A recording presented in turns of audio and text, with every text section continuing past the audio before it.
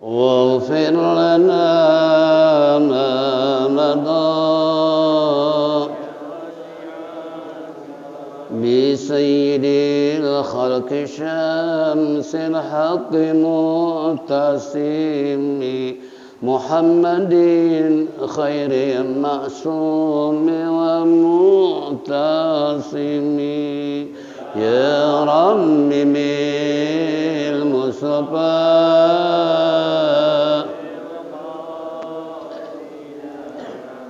واغفر لنا ما مضى له فرارة حبيب الله حوجته ومصدر الفضل والإرفان والكرم يا رب بالمصطفى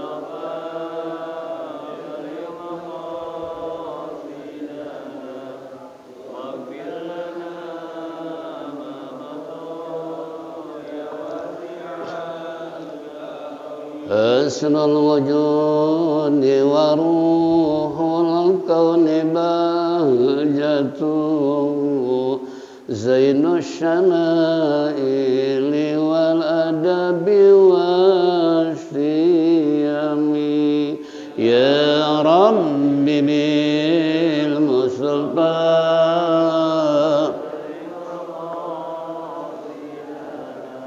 واغفر لنا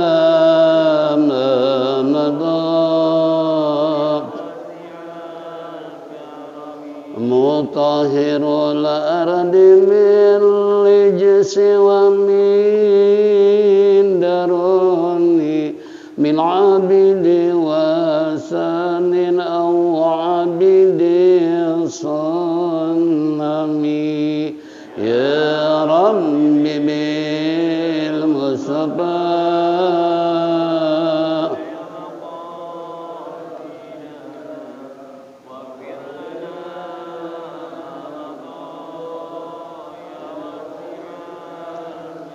لله من منكذ الإنسان من سكر خير البليات من عرب ومن أجم يا رب بالمصطفى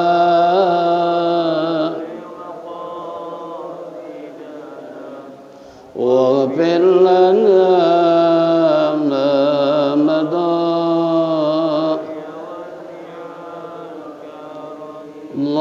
اللهم صل وسلم وبارك عليه. Ma'asyiral muslimin wal muslimat rahimakumullah.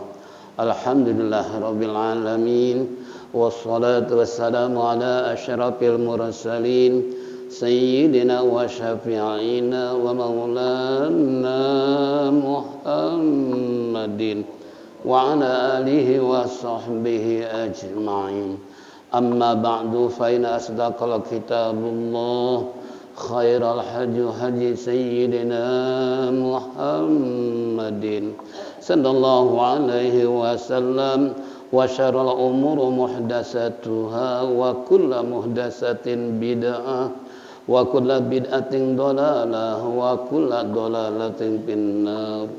Wa qala al-musannif rahimallahu ta'ala wa adaman naf'a bihi wa bi'ulumihi fid dharaini amin. Wa qala ma'asyiral muslimin wal muslimat rahimakumullah. Bapak-bapak, ibu-ibu hadirin jamaah Masjid Jami Adia Guru Syaban yang saya hormati, kembali di pagi menjelang siang kita duduk bersimpuh bersama-sama di tempat yang mulia dalam rangka menindaklanjuti talim rutin ba'da subuh di hari Sabtu. Oleh karena itu manfaatkanlah sebaik-baiknya untuk lebih meningkatkan wawasan kita, memperkuat ukhuwah Islam di antara kita, dan sekaligus menanamkan iman dan Islam kita agar tumbuh takwa kepada Allah dengan sebenar-benarnya takwa. Harapan kita mudah-mudahan Apa yang kita lakukan semua ini mendapat ridha Allah Subhanahu wa taala, taufik dan hidayah, rahmat dan inayah selalu menyertai kehidupan kita sehingga kelak mati husnul khatimah. Amin ya rabbal alamin. Hadirin jamaah rahimakumullah, minggu yang lalu kita telah menyimak membahas dalam tafsir Jalalain kembali mukhtarah hadis dalam ad-darsus sadis wa sab'un fi tahrimil khulwati bil ajnabiyyah.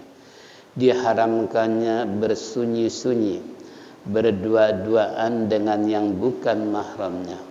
Beberapa firman Allah maupun hadis baginda Nabi kita Nabi besar Muhammad sallallahu alaihi wasallam, yaitu rawi Syaikhan an Ibnu Abbas anna Rasulullah sallallahu alaihi wasallam qala la yakhlu ahadukum bimra'atin illa ma'azim mahramin ay wa mislul khulati bil ajnabiyyatil hulwat bil umrab, yakni bam arradal jamil, yang artinya ini hadis riwayat Bukhari dan Muslim dari Ibnu Abbas radhiyallahu an, bahwa Rasulullah sallallahu alaihi wasallam telah bersabda, la yakhlu ahadukum bimra'atin, jangan sekali-kali bersembunyi-sembunyi salah seorang kamu dengan wanita, illa kecuali ma'azim mahramin, yang ada hubungan, artinya mahram.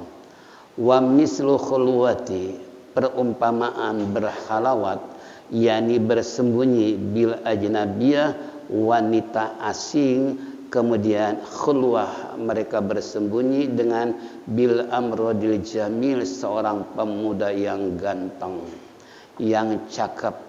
Ini pelarangan Nabi 14 abad yang lalu kepada kita sebagai umatnya.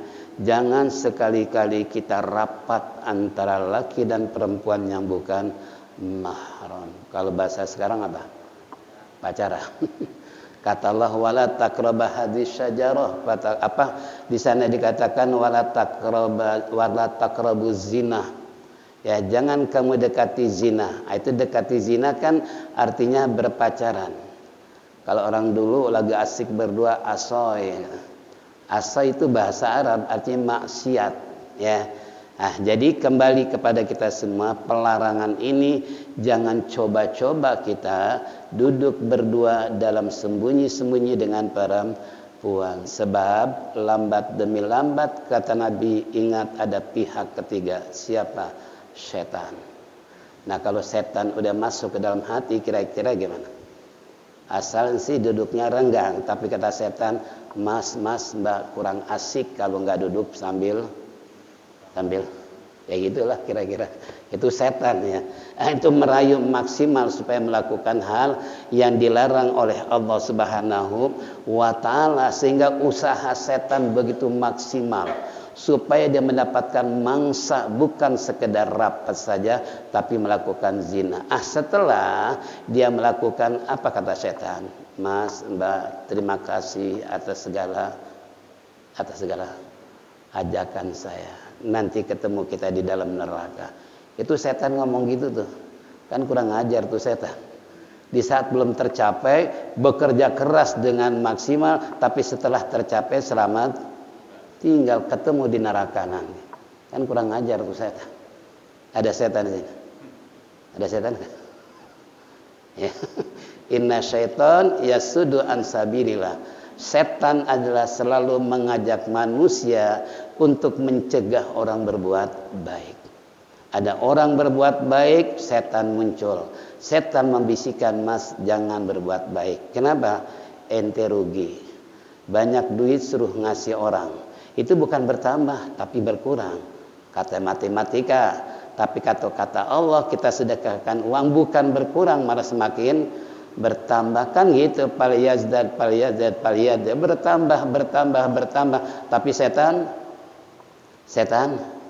menghalangi umat Rasulullah berbuat baik di jalan Allah. Makanya kalau berbuat baik di jalan Allah, jangan takut. Kenapa? Karena yang melakukan pencegahan, pelarangan itu adalah bisikan setan. Na'udzubillah min dzalik. Selesai sudah dalam pelajaran yang ke-76. Sekarang memasuki adarsus sabi', wasitun fi silatil arham wal wasiyati bil jari. Ini pelajaran yang ke-67 di dalam masalah silaturahmi dan wasiat terhadap tetangga. Nah, di sini berarti ada hak tetangga, hati-hati hidup bermasyarakat, ya. Jangan sampai kita gegabah, jangan sampai bergaul dengan masyarakat seenak dewek, apalagi melakukan kezaliman terhadap mereka. Di akhirat mereka akan nuntut kepada Allah. Nah, makanya hati-hati hidup yang sangat hidrogen, campur aduk, baik antara agama maupun sesama muslim. Apa firman Allah? Qala Allah Ta'ala wa'budullaha wa la tusyriku bi syai'a wa bil walidaini ihsana wa bidzil qurba wal yatama wal masakini wal jari dzil qurba wal jaril junubi wa sahibil bil jambi wabni sabil wa ma malakat aymanukum. Ini yang artinya berdasarkan Allah telah berfirman wa'budullaha wa la tusyriku bi syai'a. Sembahlah Tuhanmu, beribadahlah kepada Allah, jangan kalian mempersekutukan Allah dengan sesuatu apapun, jangan. Ya, jadi Allah sudah jelas melarang kita ibadah kepada Allah, jangan sambil mempersekutukan Allah. Artinya, kita percaya pada Allah, tapi di sisi lain kita mengerjakan sesuatu yang selain daripada Allah. Ya, contoh umpamanya kita ibadah rajin sama Mbak Dukun masih percaya, itu namanya apa? Mempersekutukan Allah. Mbah Dukun dianggap lebih hebat dari Allah. Itu kan termasuk para pencinta batu cincin ada di sini. Pencinta batu cincin.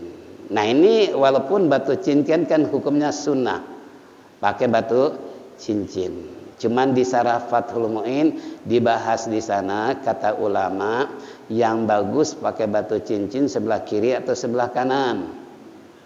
Nah, kan terjadi debat ulama. Yang bagus kata yang kanan, kata yang lain tidak, yang kiri. Yang lebih bagus dua-duanya pakai. Makanya saya dua-duanya pakai. Habis bingung yang bagus yang kanan yang kiri. Makanya kalau pakai satu, pakai dua tambah, supaya menghilangkan ikhtilaf ulama yang bagus kanan atau kiri. Tapi kalau yang pakai kiri, saya waktu tahallul, habis tahallul, tawaf, ifadah, kemudian kan cukur rambut, saya pakai batu cincin sebelah kiri. Waktu itu nggak pakai yang kanan, sebelah kiri. Saya datang ke tukang cukur. Apa kata tukang cukur? Ya akhi, wahai saudaraku, antum jangan pakai cincin sebelah kiri. Kenapa? Ini kan alat cebok, dia bilang. Nah, kalau pakai batu cincin bisa mandek di sini. Saya diomel, diperingatan sama tukang cukur. Masya Allah, syukran ya akhi, terima kasih atas perhatiannya. Itu suruh pindahin media sebelah kanan. Ya. Nah, jadi kembali kepada kita semua, sebab kalau orang nggak mau pakai batu cincin, nggak beda dengan monyet. Monyet pernah pakai batu cincin? Ini kata si Afif pernah, dia bilang, kata Habib Talbat, Bib, tahu nggak perbedaan orang dengan monyet? Apa itu Bib? Batu cincin. Orang pakai batu cincin berarti orang. Kalau nggak batu cincin berarti monyet. Ada di sini? Ada nggak? Iya kan? Ini budayakan. Ini contoh. Jadi jangan mempersekutukan dengan percaya batu yang kita pakai. Ya, dengan pakai batu cincin saya umpamanya selamat, nggak ketabrak. Ya, dengan batu cincin saya hidup berkah. Dengan batu cincin yang combong perempuan rapat sama saya. Itu termasuk apa? Syirik. Mempersekutukan Allah. Tidak ada dosa yang diampuni oleh Allah selain syirik, Allah ampuni. Tapi bicara syirik, Allah lepas tangan. Kenapa? Karena dia percaya di satu sisi ibadah pada Allah, nyembah Allah, tapi di sisi lain percaya dengan yang lain. Itu namanya apa? Syirik. Na'udzubillah min dzalik. Yang kedua, Wabil walidaini, berbakti kepada kedua orang tuanya, berbuat baik kepada kedua orang tua. Ini merupakan kewajiban bagi anak terhadap orang tua. Jadi bukan sekedar wabil walidaini ihsana saja, tapi ingat kalimat ini perintah dari Allah bahwa kita harus melakukan pembaktian kepada kedua orang tua. Apapun yang terjadi dengan orang tua, apalagi di saat orang tua renta, udah tua, yang mungkin banyak hal-hal yang terjadi dengan orang tua kita, kita merawat seperti ini. Jangan sekali-kali marah, jangan sekali-kali ngambek, apalagi berani mencaci maki. Enggak boleh. Sebab tidak pantas seorang anak masuk surga kalau orang tuanya masih ada. Enggak pantas, Nabi bilang. Kenapa? Karena banyak peluang untuk berbakti kepada orang tua. Banyak jalan-jalan untuk mengabdi kepada orang tua kalau orang tua masih ada. Makanya ini kaulah muda, saya ingatkan kalau masih punya orang tua, hormati, junjung tinggi itu martabat orang tua. Jaga atas nama baik orang tua. Jangan istilahnya kita sebagai anak telah berani melakukan berbagai macam kedosaan sebab orang tua kena imbasnya. Ya, man taraka waladahu jalhilan kullu dzambin amilu alaih. Barang siapa orang tua meninggalkan anak dalam keadaan bodoh dalam agama, setiap dosa yang dilakukan anak, orang tua kena imbasnya. Anak minuman, jangan dikira orang tua enggak dipukulin malaikat, disiksa oleh malaikat gara-gara anaknya asik minuman keras. Jangan. Asik main judi. Apalagi sekarang tren pertandingan bola Piala Dunia. Berapa banyak mereka yang taruhan? Ada nggak di sini? Yang taruhan. Tahu taruhan? Ya. Hari ini pertandingan bola antara Argentina melawan mana? Umpamanya ada megang ini megang itu namanya apa? Taruhan kan. Nah, kalau kita taruhan, hasil taruhan itu haram, karena yang namanya judi ada yang menang ada yang kalah, walaupun cuma 50.000. Nah, ada 10 orang aja yang taruhan, kira-kira berapa duit dapat? Gitu kan. Kita des kemudian dapat. Nah, setelah kita dapat, pagi-pagi beli sarapan, nasi uduk, entah lontong, entah lupis, segala macam, dikasih anak. Ini seorang ayah sama dengan menyeret istri dan anaknya ke dalam neraka. Jangan bangga, sebab itu barangnya apa? Haram, hasil perjudian, karena sekarang lagi tren masalahnya. Ya, apalagi judi melalui online. Haram, jangan coba-coba. Makanya kembali tadi, kita sebagai anak berperan untuk menjaga, menghormati, dan sekaligus jaga martabat orang tua. Jangan sampai membuat malu orang tua. Sebab Rasulullah pernah bersabda yang artinya, hai para sahabat, jangan kalian mencaci maki orang tua kalian. Lalu sahabat tanya, ya Rasulullah, bagaimana cara mencaci ngomelin orang tua? Nah, seseorang ngomelin anak orang lain, nanti suatu saat orang tua kita terkena omelan. Contoh, anak kita berantem nih, ya tetangga nih, malum namanya bocah, ya biasalah berantem segala macam. Kalau anak kecil, kalau orang tua berantem, kira-kira pantas nggak? Pantas nggak? Orang tua berantem pantas nggak? Nggak pantas kan? Ditaruh di mana ininya? Kalau anak kecil pantas gak? Pantas. Nah, ketika si anak ini berkelahi, berantem, lalu yang satunya babak belur, pulang ke rumah sambil menangis. Apa kata si bapaknya? Loh, kenapa kamu sampai berdarah begini? Tuh dipukulin sama anak si anu. Apa yang terjadi? Dasar itu memang bapaknya dulu begitu juga tuh. Artinya bapaknya apa? Bapaknya apa? Jagoan. Kalau bahasa gitu kan, memang bapaknya sama tuh sama anaknya tuh. Itu mencaci maki orang tua walaupun melalui anak berantem dengan anak tetangga. Tapi yang diomelin sama anak yang babak belur tadi siapa? Bukan anaknya, tapi siapa? Bapaknya, keturunannya. Oh pantas memang dari bapaknya begitu dia mah. Dari kecil bandel, umpamanya orangnya konyol, orangnya wah macam-macam dicaci maki. Padahal yang berantem siapa? Anaknya, tapi bapaknya kenapa?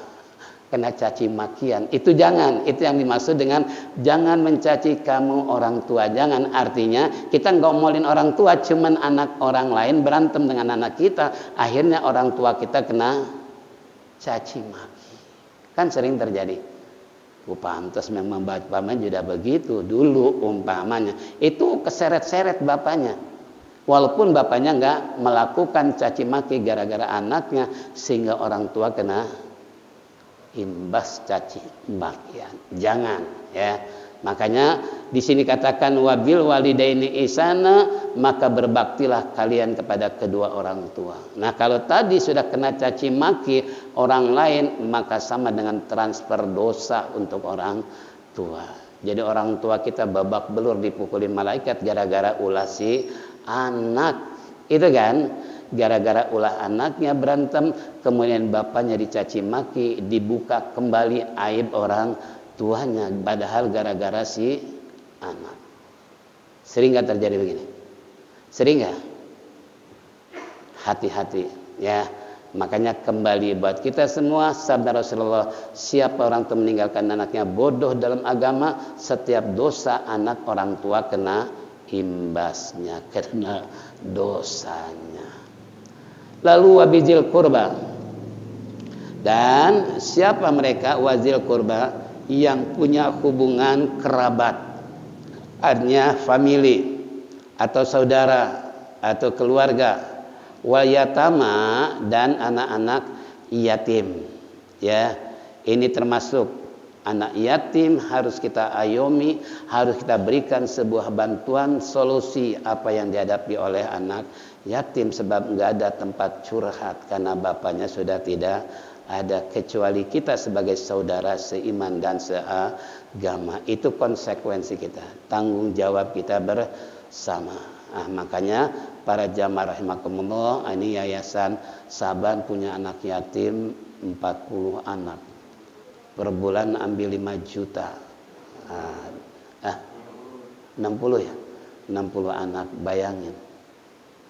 Pernah mikirin gak? Pernah mikirin gak? Pernah nyumbang gak? Dari mana coba? Ya 5 juta setiap bulan, Masya Allah. Tapi alhamdulillah udah sekian puluh tahun kita bisa membesarkan mereka. Bahkan yang sudah keluar dari yayasan pun, mereka yang kerja, mereka nggak melupakan diri. Yang kerja di pabrik aqua nyumbang aqua, yang kerja di pabrik lain nyumbang macam-macam. Itu alhamdulillah berkat apa? Berkat pemeliharaan yayasan Saban. Mereka ada pikiran timbal balik. Dulu gue dibiayai sama Saban, nah sekarang gue ada kerja, minimal buka puasa aqua dikirim. Dari siapa? Dari si Anu dan si Anu.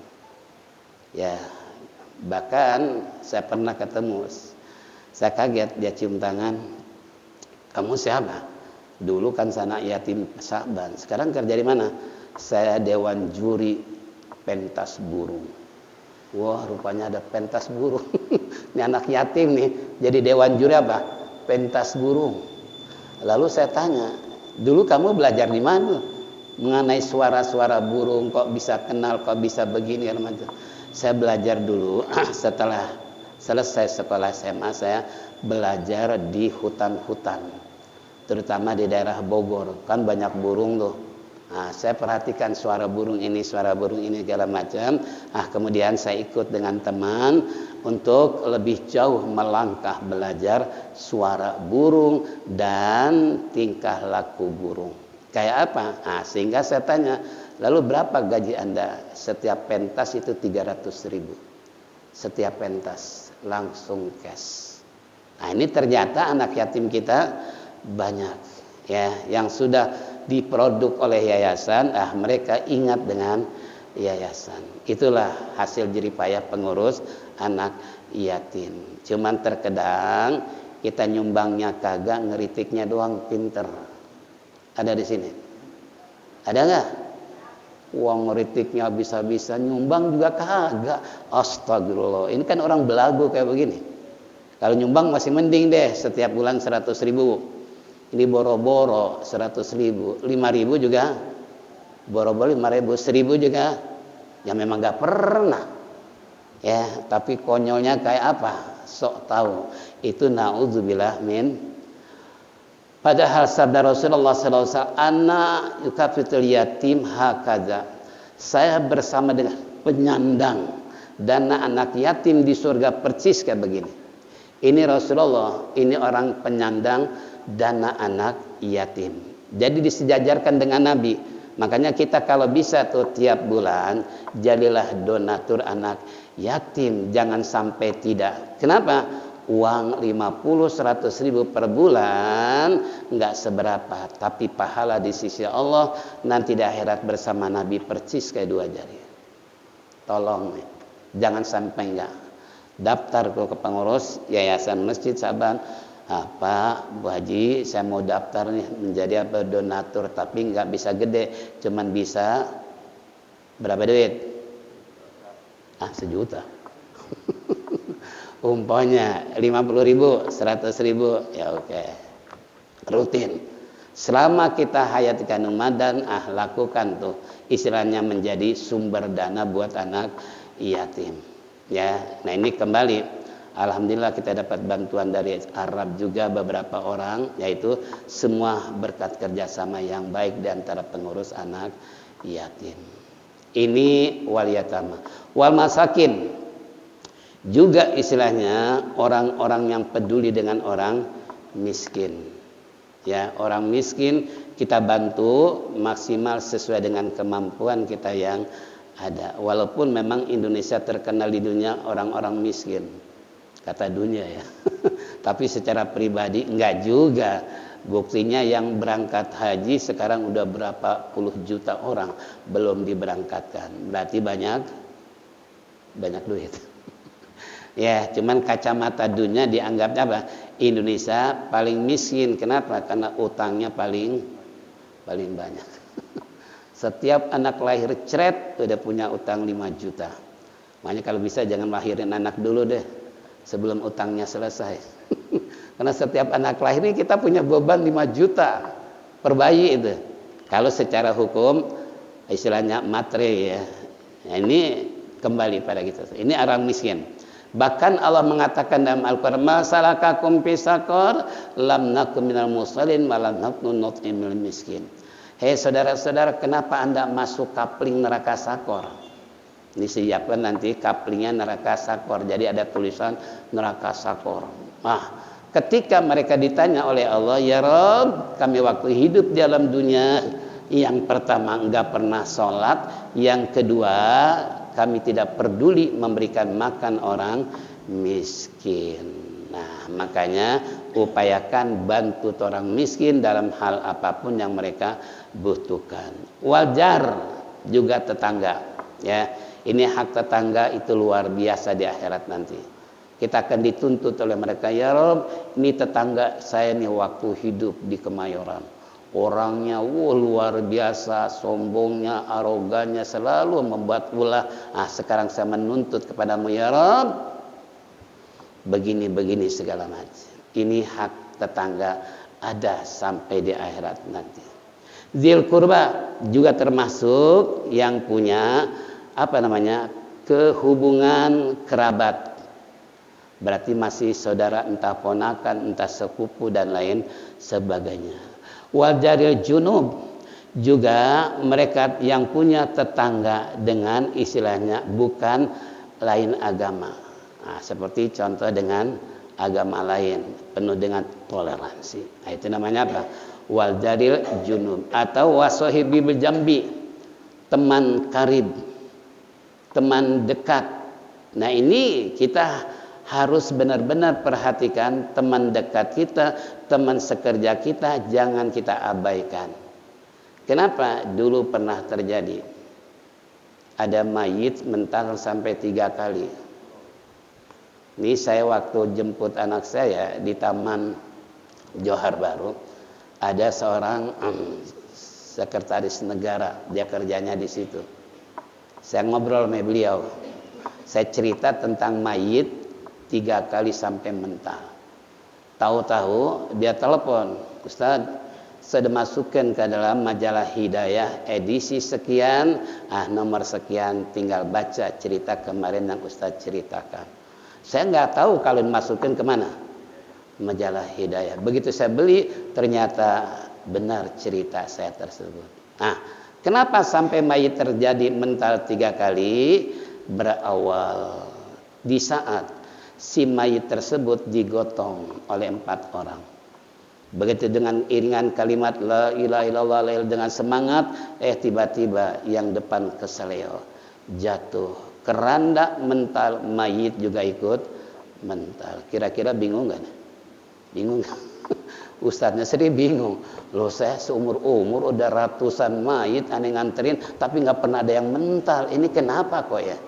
Coba hati-hati, ganti lagi ya. Ganti yang bawa keranda ini, diganti. Begitu jalan beberapa meter, yang belakang keseleo. Keranda mental, mayit ikut mental.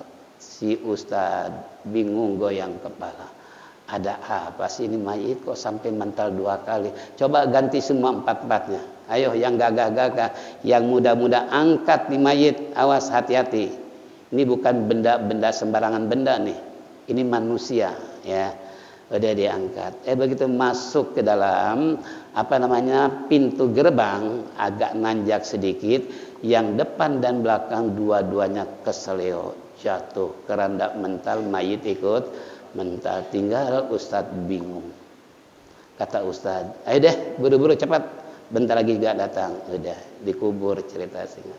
Udah dikubur nih, si Ustadz penasaran. Orang tuanya dipanggil, Pak, Bapak tadi menyaksikan sendiri anak Bapak sampai mental 3 kali. Bapak tahu nggak apa sih yang dia lakukan di saat masih hidup? Wah, anak saya tukang ibadah, rajin kok sholat, rajin dia suka gaul dengan orang-orang yang baik, dia rajin ngaji segala macam. Kata si Ustadz, bisa jadi orang tuanya pasti menangin anak. Nah, dipanggil mertuanya. Mertua dipanggil, sama jawabannya, mantu saya orang yang baik. Si Ustadz ingat nih, wasohibil bil jambi, teman dekatnya. Dipanggil teman dekatnya nih, teman karib. Kalau bahasa kita teman akrab. Mas, ini mas, ada apa Ustadz? Ente tadi lihat kan, mayit mental sampai 3 kali. Ini bukan ingin mengkorek aib orang, enggak. Cuman saya sebagai Ustadz perlu tahu kenapa sih. Ini pelajaran buat kita semua. Baru teman dekatnya cerita, gini Ustaz, ini teman aneh nih, kalau pulang kerja nggak pernah pulang ke rumah, tapi ngadu ayam dulu. Ngadu ayam. Kalau ngadu ayam, kira-kira ayam gimana? Mental lagi. Ya Allah Rabbi. Ada di sini yang tukang ngadu ayam. Siap-siap mayitnya nanti mental. Itu kan. Nah, ini kembali kepada kita semua, mayitnya mental gara-gara waktu hidup tukang ngadu ayam, menyabung ayam. Kita jangankan ngadu, yang ngasih tahu orang mau ngadu ayam aja termasuk kena dosa. Mas, maaf saya mau tanya, di mana sih yang biasa tukang ngadu ayam di Kemayoran? Wah, dia kasih tahu nih, Bapak lurus, belok kanan dikit, kiri dikit, di situ ada lapangan. Di situ biasa ngadu ayam. Kena dosa nggak? Kena dosa nggak? Kena, walaupun kitanya nggak main ngadu ayam, tapi dosanya ada lagi. Mudah-mudahan ditanya, Mas katanya di sini ada dangdutan. Oh iya, di pinggir tong sampah di sana tuh ada dangdutan tiap malam. Bila perlu diantar, saya antar ke sana yuk. Ini apalagi sok jagoan. So jadi pahlawan, diantar ke tempat dangdutan. Dia nonton dangdutan sampai nyawer segala macam, bahkan sampai minuman. Kita yang nganterin terkena dosa. Jangan pengen jadi pahlawan, jangan. Itu dosa besar. Ar-ridho anil maksiyah fahuwa maksiyatun. Siapa orang yang senang orang berbuat maksiat, maka dia terkena dosanya dengan sebab senang mengantarkan orang lain untuk melakukan maksiat. Ini kembali bil jambi. Jadi yang tahu persis siapa? Teman dekatnya. Waktu saya cerita begini nih, ada ibu-ibu orang seberang. Ustaz, pantas dulu sama si gadis di kampung, saya punya tetangga, dia benar-benar camat, calon mayit. Ya, kita sama-sama nih perempuan, bang, coba la ilaha illallah, coba ingat sama Allah, Allah. Nggak mau, tetap apa yang dia lontarkan di dalam mulutnya, kiu, kiu. Ibu-ibu bingung, ini yang dimaksud kiu, kiu apa sih? Suruh la ilaha illallah malah bilangnya apa? Kiu, kiu. Astagfirullah. Lalu dipanggil bapak-bapak, Pak, kenapa? Saya bingung nih bapak nih, kenapa diajarin la ilallah nggak bisa, Allah nggak bisa, malah bilang kiu, kiu. Kata temennya nih, tunggu sebentar bu, saya mau ke warung dulu. Beli kartu kiu, kiu. Ada begitu kartu kiu, kiu, nih kartu kiu, kiu. Begitu dilihat langsung des mati. Mati apa nih? Mati apa? Mati kiu, kiu.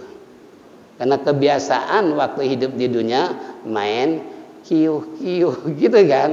Nah, sampai mau mati pun ingat kiu, kiu. Ada tukang main kiu, kiu di sini? Pokoknya apa saja deh. Bahkan orang Lombok, ya, karena saya punya jemaah itu orang Lombok. Iya Ustaz, pantas teman saya mau meninggal dunia, itu nggak mau diem. Begini terus. Kita bingung. Tapi teman saya yang dekatnya dia bilang, oh dulu waktu dia gagah sehat ini kerjanya tukang mancing. Jadi mau mati aja masih ingat apa? Pancingan Allah. Ada tukang mancing di sini? Ada nggak? Siap-siap mau mati? Itu sampai segitunya tuh. Ya, jadi apapun yang kita perbuat di saat kita menjelang kematian, jangan Anda bangga waktu sehat melakukan berbagai macam kezaliman. Nanti begitu mau dicabut nyawa, di situ si diulang Allah tontonan kepada kita masing-masing sesuai dengan gemarnya, hobinya waktu hidup di alam dunia. Makanya al jaza min jinsil amal. Balasan tergantung pekerjaan. Pain khairan pa khairan wa insaran pasarun. Kalau dia berbuat baik Allah balas baik, kalau dia berbuat jahat dibalas jahat. Pa may ya'mal misqala dzarratin khairan yarah wa may ya'mal misqala dzarratin syarran yarah. Kemudian yang terakhir wabni sabil.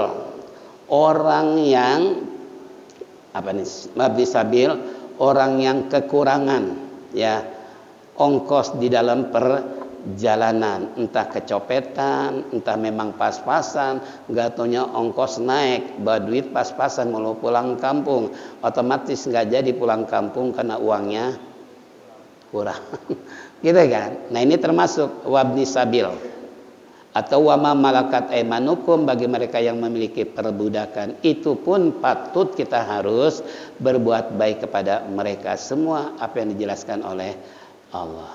Ini jadi kembali kepada kita semua bahwasanya kita sebagai umat Rasulullah dan sebagai hamba Allah, ingat ibadah hanya kepada Allah, jangan sambil mempersekutukan Allah. Dan kita harus menghormati, berbakti kepada kedua orang tua dan yang memiliki hubungan kerabat atau anak yatim atau orang miskin atau tetangga atau yang mempunyai hubungan al-jari junub, termasuk teman dekat kita, dan termasuk wabni sabil juga wa malakat aimanukum. Terakhir, habiskan aja hadisnya. Warwal saihan an Abi Hurairah radhiyallahu anhu qala anna Rasulullah sallallahu alaihi wasallam qala innallaha ta'ala khalaqal khalqa hatta idza faraga minhum faqamatir rahim faqalat hadza maqamul aidi bika minal qati'ah. Qala na'am amma tardaina an usilla man wasallaka waqta aman qata'aka. Qala bala qala fadzalika laki.